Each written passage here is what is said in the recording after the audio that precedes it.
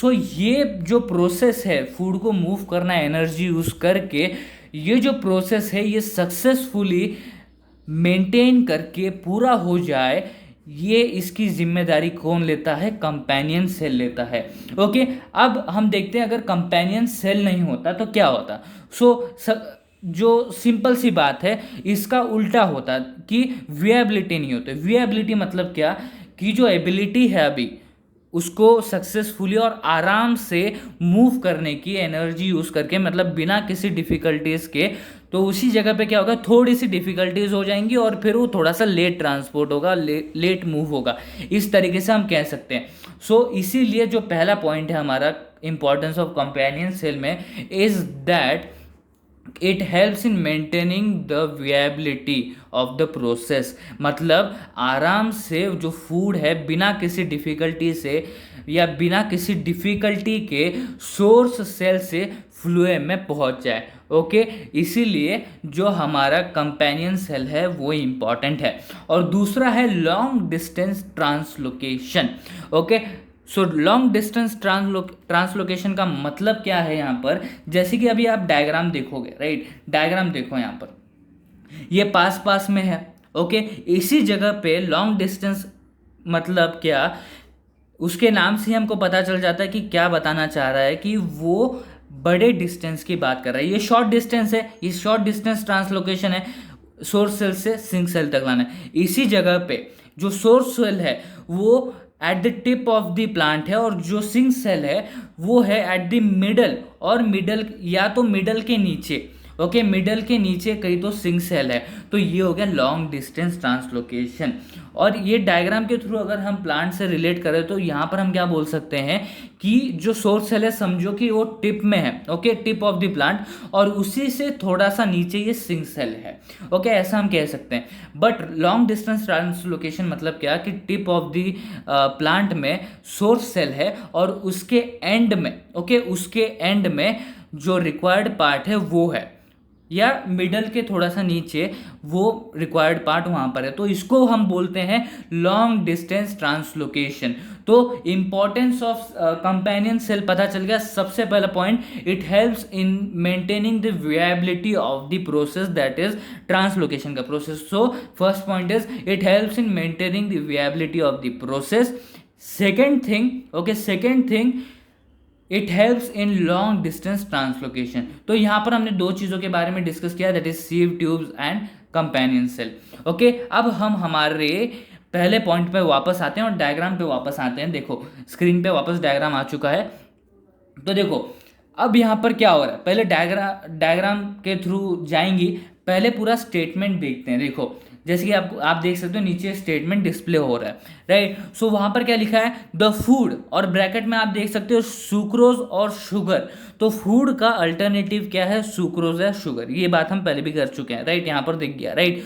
सो जो फूड है is been loaded into the sieve tubes of the phloem by using energy from the ATP with the help of companion cell from the part of sufficient food. Okay, so अब diagram के through देखते हैं। देखो ये जो source cell है आपको दिख रहा है, देखो ग्रीन वाला जो है जिसके अंदर सफिशिएंट फूड है, सोर्स सेल से, सिंपल लैंग्वेज में बोले और एकदम फटाफट बोले तो सोर्स सेल से फ्लोएम के सीव ट्यूब्स में पहुंचाना using energy with the help of companion cell, यही पूरा प्रोसेस हो रहा है। ओके, सो क्या हो रहा है यहाँ पर, सोर्स सेल से फ्लोएम में एनर्जी यूज करके कंपेनियन सेल की हेल्प से, उसके मदद से फूड जो है वो यहाँ पर मूव किया जा रहा है। कहाँ पर, फ्लोएम के सीव ट्यूब्स में। ओके, फ्लोएम के सीव ट्यूब्स में। अब देखो ये तो देख लिया, यहाँ पर आपको दिख रहा है कि एनर्जी यूज हो रही है। ओके, बट यहाँ पर अभी जो ऊपर का था वही नीचे है, दैट इज फूड और वाटर का कॉन्सेंट्रेशन मतलब सेम लेवल पे, हम ऐसा बोल सकते हैं, राइट। सो यहाँ पर सिर्फ, यहाँ पर हमने क्या देखा कि एनर्जी यूज हो रही है और कंपेनियन सेल के मदद से फूड अभी मूव होने वाला है। ओके, अब हमने नीचे का पार्ट इरेज कर दिया फॉर सिंप्लिसिटी ऑफ एक्सप्लेनेशन और समझने के लिए। ओके, सो देखिए अब इस डायग्राम में क्या दिखा है हमको कि कंपेनियन सेल के हेल्प से एनर्जी यूज करके फूड मूव होने वाला है। अब देखो ये जो अगला डायग्राम है हमारा, यहाँ पर एनर्जी यूज होके कंपेनियन सेल की मदद से फूड पहुँच चुका है। ओके, फूड पहुंच चुका है फ्लोएम के सीव ट्यूब्स में। Okay, so basically sieve tubes अब हम नहीं बोलेंगे, हम बेसिकली क्या बोलेंगे, ऊपर ऊपर से देख रहे हैं, सो हम क्या बोलेंगे कि फ्लोएम में, ओके, फ्लोएम में अभी फूड पहुंच चुका है। ओके, फ्लोएम में फूड पहुंच चुका है। सो देखो जो पहले वाले डायग्राम में देखा था वही यहाँ पर है, सिर्फ यहाँ पर थोड़ा सा डिफरेंस क्या है कि वहाँ पर क्या होने वाला था, फूड पहुँचने वाला था। पहुँचने से पहले हमने देख लिया कि क्या क्या हो रहा है, और इस वाले डायग्राम में क्या है कि फूड पहुंच चुका है। ओके, फूड क्या है, पहुंच चुका है। ओके, सो अब वापस इस वाले डायग्राम पे आते हैं, दैट इज पहला वाला डायग्राम हो गया। दूसरे वाले डायग्राम में हमने देखा कि एनर्जी यूज हो रही है, और अब ये है हमारा डायग्राम 3। तो डायग्राम में 3 में हमें क्या दिख रहा है कि एनर्जी यूज की है कंपेनियन सेल के मदद से, फूड फ्लोएम में पहुंच चुका है, नो इश्यूज, सब कुछ क्लियर है। ओके, फ्लोएम में पहुंच चुका है फूड। ओके, बट यहाँ पर प्रॉब्लम क्या हुआ, देखिए अगर आप ध्यान से देखेंगे तो अब यहाँ पर फूड ज़्यादा दिख रहा है। ओके, फूड का कॉन्सेंट्रेशन ज़्यादा दिख रहा है, एंड जो वाटर मॉलिक्यूल्स हैं या वाटर के जो कंपोनेंट्स है, दैट इज ब्लू, वो उसका कॉन्सेंट्रेशन थोड़ा सा लो हो गया। जैसे कि आप साइड में देख ही सकते हैं, देखिए वाटर का कॉन्सेंट्रेशन लो हो गया है, एंड जो फूड का कॉन्सेंट्रेशन है वो बढ़ गया। अभी किस वजह से हुआ, बिकॉज जो सुक्रोज दैट इज फूड जो था वो सोर्स सेल से फ्लोएम में आ गया। तो देखो जैसे कि हमने डायग्राम 1 में बात की थी, डायग्राम 3 को ही रखेंगे और डायग्राम 1 की बात करते हैं। जैसे कि मैंने बोला था, याद रखना कि ये पॉइंट इंपॉर्टेंट है। तो ऐसा नहीं है कि वाटर पहले नहीं था। ओके, वाटर पहले भी था, वाटर पहले भी था और फूड भी था। ओके, दोनों ही सेम कॉन्सेंट्रेशन में, तो दोनों का कॉन्सेंट्रेशन सेम था। ओके, बट यहाँ पर क्या हुआ, जैसे कि आपको दिख रहा है, देखिए जैसे कि आपको दिख रहा है यहाँ पर, ये चार्ट के थ्रू हम बताने की कोशिश क्या कर रहे हैं। देखो जब फूड जो है, ओके, वो फ्लोएम में नहीं आया था। ओके, तो ये बार देखो दोनों के दोनों बार सेम है।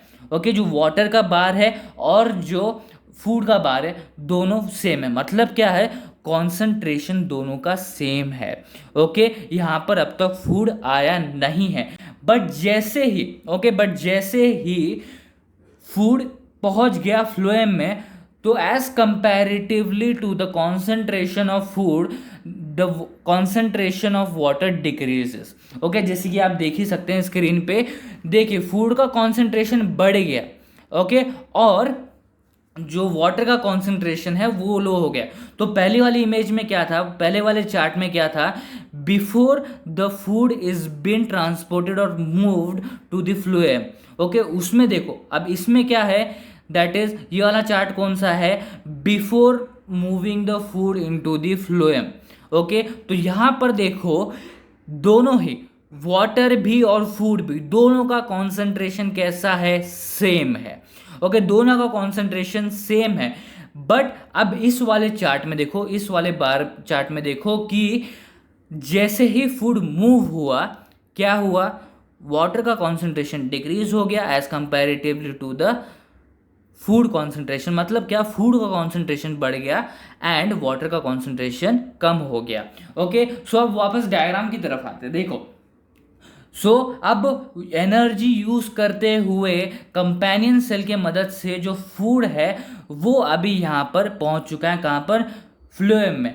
बट हमने एक बात देखी थी, राइट, हमने एक बात डिस्कस की थी कि सिर्फ फूड ही थोड़ी ना चलेगा। जैसे जनरल लाइफ में देखो, सिर्फ फूड ही फूड मिल रहा है, फूड ही फूड मिल रहा है, वाटर मिल ही नहीं रहा, तो डिफ़िकल्टी पैदा होगी, राइट। सो वैसे ही ये जो सिंक पार्ट है, रिक्वायर्ड पार्ट है, सिर्फ इसको फूड ही मिलेगा तो सही नहीं होगा, राइट। सो उसके साथ वाटर भी चाहिए। तो ये तो हो गया जनरल एग्जांपल। अब साइंटिफिकली देखते हैं। ओके, साइंटिफिकली देखते हैं। तो जैसे कि आपको पता है, हमने पहले भी डिस्कस किया है कि जो फूड का कॉन्सेंट्रेशन है, ओके, चलो फूड को छोड़ते हैं। ओके, अगर किसी चीज़ का कॉन्सेंट्रेशन बढ़ता है तो ऑब्वियसली किसी चीज़ का, दूसरी चीज़, okay, there are two things, जो पहली चीज़ है उसका कॉन्सेंट्रेशन बढ़ा तो दूसरी चीज़ का कम होगा। ओके, एंड बेसिकली बाद में होगा क्या, बेसिक एंड सिंपल ऑस्मोसिस होगा, जिसकी वजह से जो दूसरी चीज़ है उसका भी कॉन्सेंट्रेशन लेवल पहली चीज़ जितना हो जाएगा। ओके, ये है scientific reason. Okay, general reason देखा हमने, अभी ये है साइंटिफिक रीज़न। तो यहाँ पर हो क्या रहा है, देखो जैसे कि आप डायग्राम देख सकते हो, एक बार फटाफट लपेट लेते हैं इसको। देखो जैसे कि आप डायग्राम देख सकते हो, फूड मूव हो चुका है, उसके वजह से क्या हुआ है, वाटर मॉलिक्यूल्स कम दिख रहे हैं, मतलब वाटर का कॉन्सेंट्रेशन डिक्रीज हो चुका है as comparatively to the food, मतलब फूड का कॉन्सेंट्रेशन बढ़ चुका है। तो due to this the concentration, मतलब ड्यू टू दिस मतलब क्या, जो फूड ट्रांसपोर्ट हुआ है फ्लोएम में, due to that concentration of food increases and water's concentration decreases. So water enters into sieve tube, that is phloem. Okay, water enters into the phloem by osmosis, due to which pressure in phloem rises. अब pressure की बात हम बाद में करते हैं। अब देखो जो पॉइंट हमने डिस्कस किया डायग्राम 4 में, जो हमारा अगला डायग्राम है उसमें आप क्लियरली देख सकते हो। अब इसके एक्सप्लेनेशन पार्ट की तरफ हम बढ़ते हैं। देखो बेसिकली वहाँ पर क्या हुआ था, वाटर का कॉन्सेंट्रेशन हाई हो गया था, और सॉरी जो हमारा फूड का कॉन्सेंट्रेशन था वो हाई हो गया था और वाटर का कॉन्सेंट्रेशन लो हो गया था। तो सिंपल सी बात है कि जब भी वाटर का कॉन्सेंट्रेशन या जो भी चीज़ है उसका कॉन्सेंट्रेशन लो होता है तो ऑस्मोसिस के थ्रू, ऑस्मोसिस क्या है बेसिकली, ऑस्मोसिस क्या है, the movement of a substance from low to the low concentration from the high concentration. So simple सा डेफिनेशन अगर निकालें हम ऑस्मोसिस का, so osmosis is the process in which the substance is transferred या transported या moved from the high concentration area to low concentration area. तो इसी चीज़ को फॉलो करते हुए अगर हम यहाँ पर डायग्राम में देखें तो क्या है, फूड का कॉन्सेंट्रेशन बढ़ गया था, राइट। देखिए जो हमारा पहला डायग्राम था, पहले डायग्राम की तरफ आते हैं। देखो तो फूड का कॉन्सेंट्रेशन बढ़ गया था एंड वाटर का कॉन्सेंट्रेशन लो हो गया था। तो ऑब्वियस सी चीज़ है, यहाँ पर सिंपल ऑस्मोसिस होने वाला है।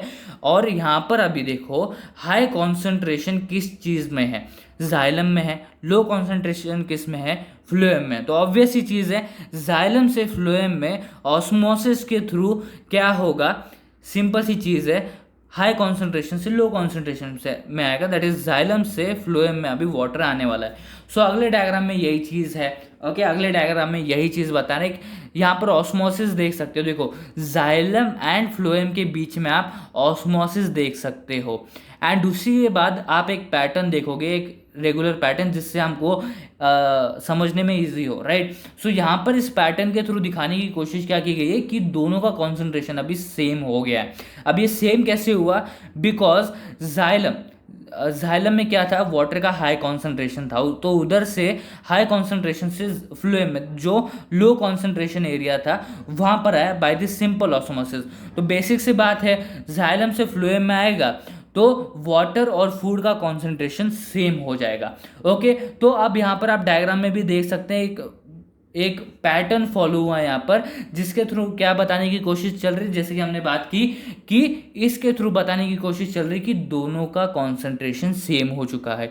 बट यहाँ पर एक बात आ जाती है, देखो अगले डायग्राम में आपको दिखेगा। ओके, जैसे कि हमारे इस दूसरे पॉइंट में हमको दिखा कि water enters into the phloem. Okay, ये हमने देख लिया, but because of this the pressure in the phloem rise. अब देखो यहाँ पर दिख रहा है आपको हाई प्रेशर है, यहाँ पर हाई प्रेशर, ये देखो जहाँ पर ये फूड एंड वाटर है यहाँ पर कॉन्सेंट्रेशन सेम तो हो गया, बट यहाँ पर क्या हुआ, हाई प्रेशर क्रिएट हो गया। So this is not a problem, okay, this is a good thing. Okay, अभी हम डिस्कस करेंगे कैसे ये सही बात है कि हाई प्रेशर क्रिएट हो गया। तो ऑब्वियस सी चीज़ है, हाई प्रेशर कैसे क्रिएट हुआ, पहले ये देखते हैं कि हाई प्रेशर कैसे क्रिएट हुआ। दैट इज फ्लोएम में फूड भी आ गया, ओके, एंड उसके बाद ये भी आ गया, वाटर भी आ गया। तो ऑब्वियस सी चीज़ है, हाई प्रेशर क्रिएट होगा ही, but this is not a bad thing, this is a good thing. Okay, तो जैसे कि आप देख सकते हैं, देखिए डायग्राम में आप देख सकते हैं हाई प्रेशर, प्रेशर फ्लो और फिर लो प्रेशर।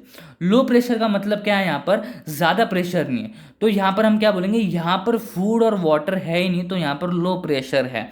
और जहाँ पर फूड एंड वाटर दोनों का कॉन्सेंट्रेशन हाई, जिसके वजह से हाई प्रेशर क्रिएट हो गया। यहाँ पर आप देख सकते हैं, देखिए जैसे कि आप देख सकते हैं यहाँ पर हाई प्रेशर क्रिएट हो गया। Upper side and lower side लेते हैं तो अपर साइड में क्या है, जहाँ पर फूड एंड वाटर का हाई कॉन्सेंट्रेशन है वहाँ पर हाई प्रेशर क्रिएट हो गया। तो बेसिकली प्रेशर फ्लो के थ्रू क्या होगा, हाई प्रेशर से लो प्रेशर में ये वाटर एंड फूड मूव होने वाले हैं। अब ये प्रेशर फ्लो क्या है पहले ये देख लेते हैं। तो डायग्राम को ज़रा सा साइड में हटाते हैं और हमारी रेगुलर स्क्रीन को वापस लाते हैं और इसके थ्रू समझते हैं कि प्रेशर फ्लो क्या है।